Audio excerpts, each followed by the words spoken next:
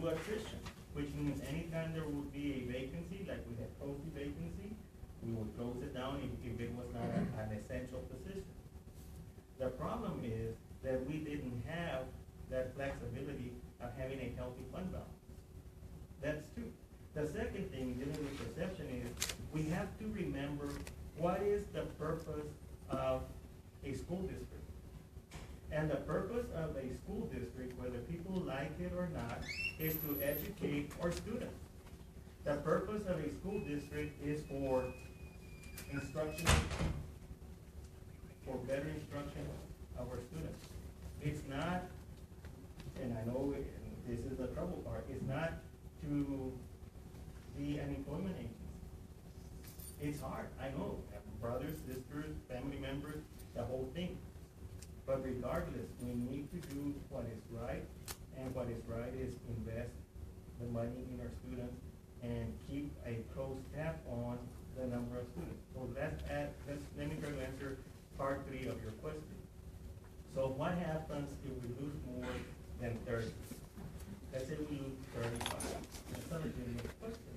So if that happens, remember, one, I can always go back and reduce the allocations that I've given to the campuses and to the departments. Oh, here you go again. Well, yeah, I have to have those leverages. 2 is any future vacancy that would occur, we would not fill. That's the bottom line. And then if we're losing 35 or if we're losing 40, let's say we lose 40 students. Regardless, if we lose 40 students, even if we have the money to pay for those extra 2 or 3 teachers, we need to keep on top of our staffing formulas, and 40 students lost equals 2 teachers that we were going to have to let go. That's what caused us to be in the situation that we were. That our student enrollment was decreasing, but we weren't doing anything about our staffing formula. Matter of fact, the last couple of years, we increased. Students were down, we still increased. Why? I don't know, and it really doesn't matter. That's the past. What are we going to do now? So even if in the future we were to lose 30 students, we would have to come back and readjust our staffing formulas. We just need to be on top of it and make sure that we get it done. I don't anticipate 30 students leaving.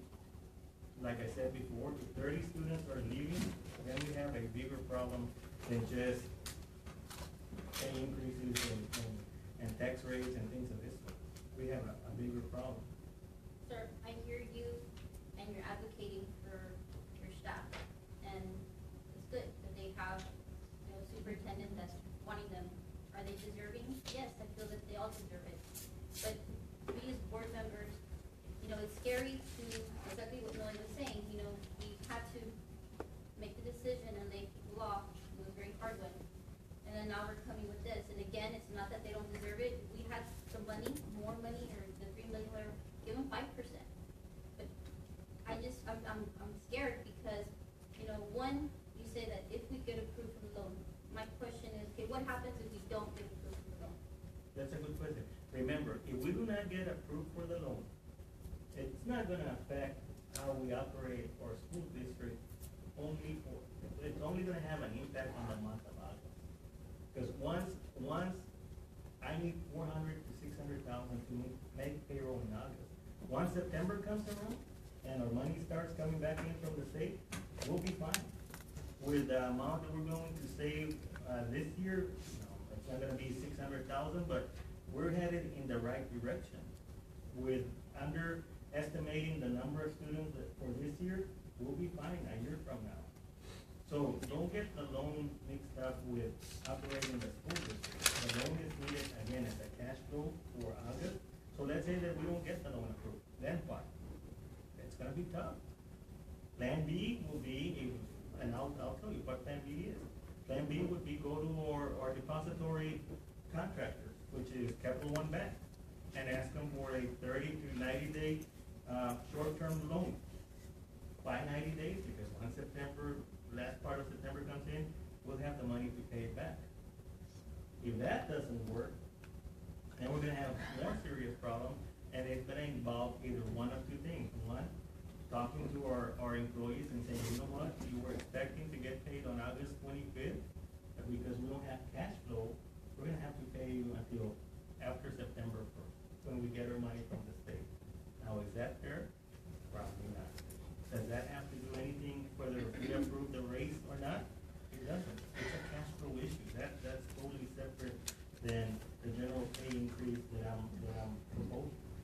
So I have a question. You keep saying that this year, or this budget right now that we're gonna try to approve is conservative.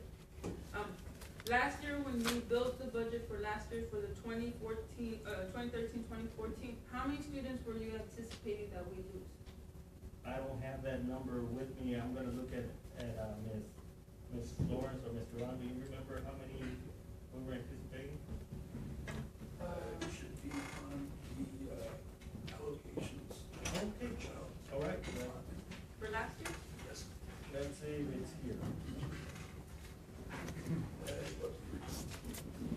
Okay, last year, if you go to your little booklet of addendum, and you go 1, 2, 3, 4, 5 pages under budget revisions, and you look at the number of students from 13, 14, 20, 22, 13?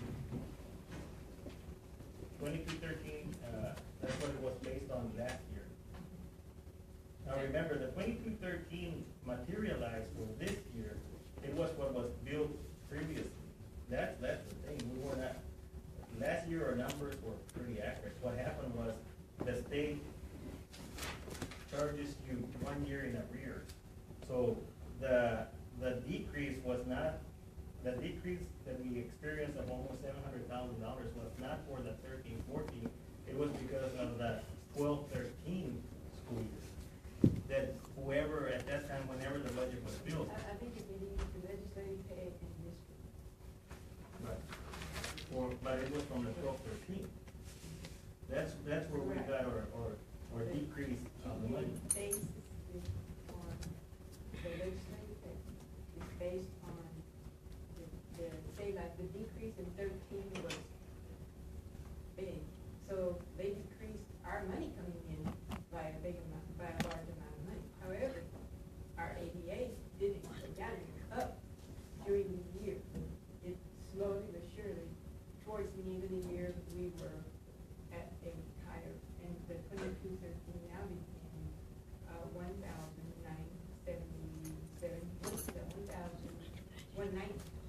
They paid us for 1,951. 50 kids less. And you're talking about 12, 13, not 13.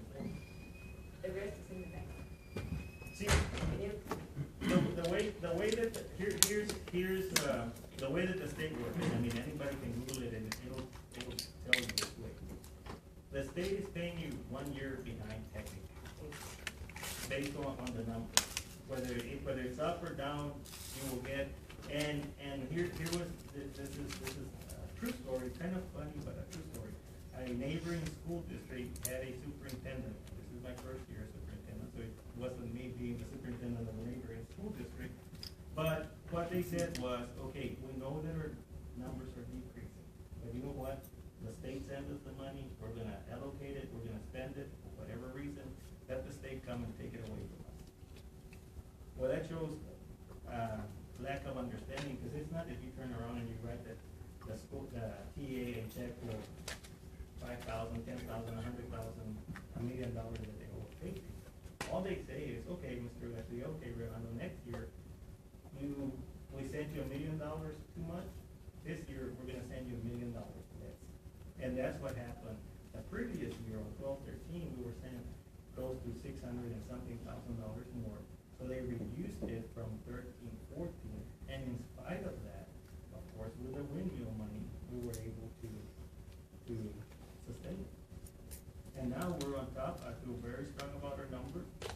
Again, you know, I'm gonna advocate, and it's gonna be my recommendation, and it's up to the board to say, you know what, we're not gonna do it. We're gonna wait, and that's fine.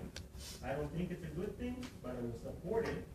If you say, well, we'll give them down the road in, I don't care about TRS, we'll give it to them in, it has to be after November, okay, we're gonna wait until our our numbers come in, which October 31st is paying, we can give it to them as a one-time payment in, I don't know, November, December, whatever amount.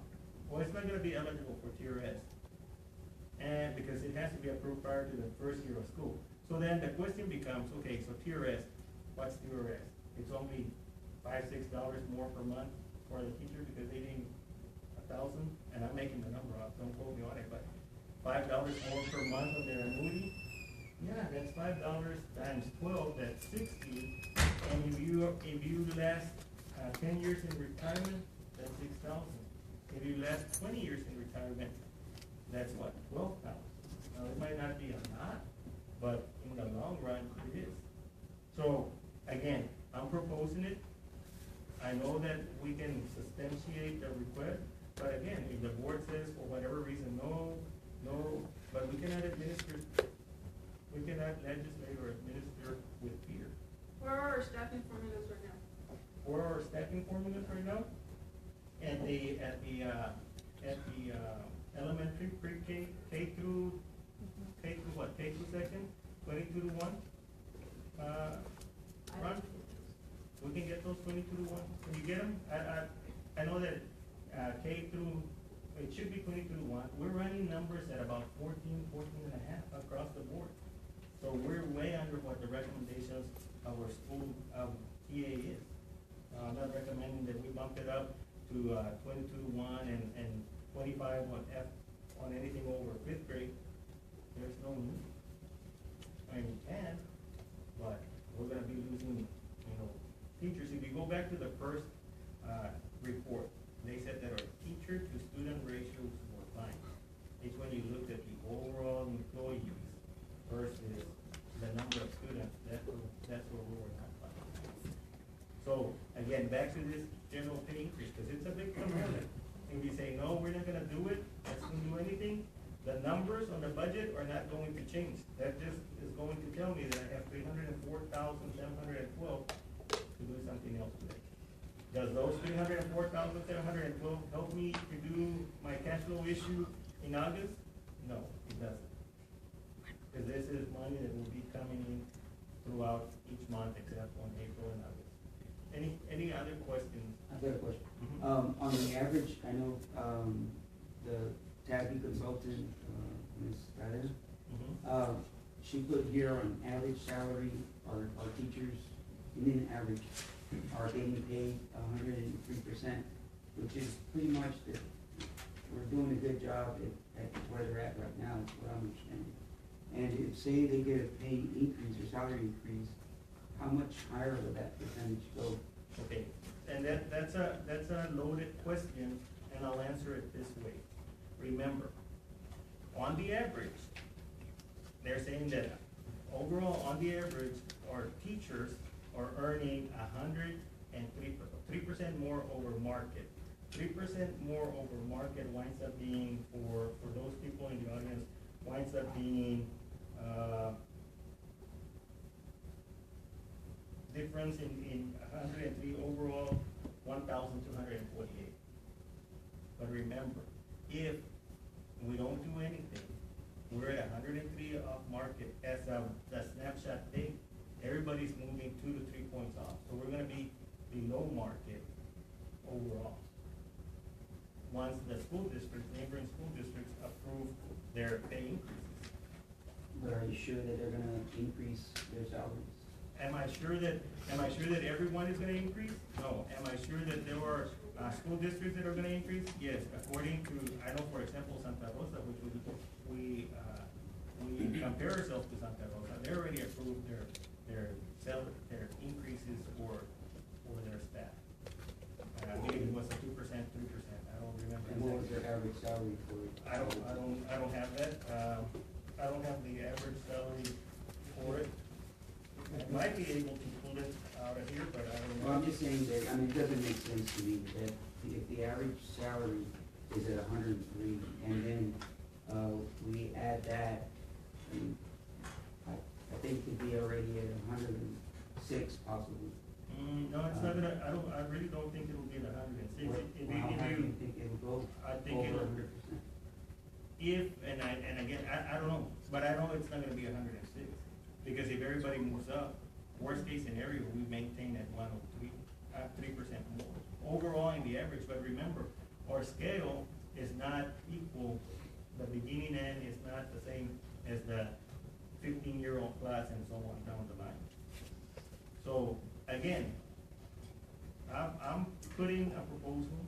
I'm asking for the board to approve it. If for whatever the board doesn't feel because of community pressures, because of insecurity, because of any conservativeness, anything else. You know what? You are the board. I cannot force you to approve my recommendation.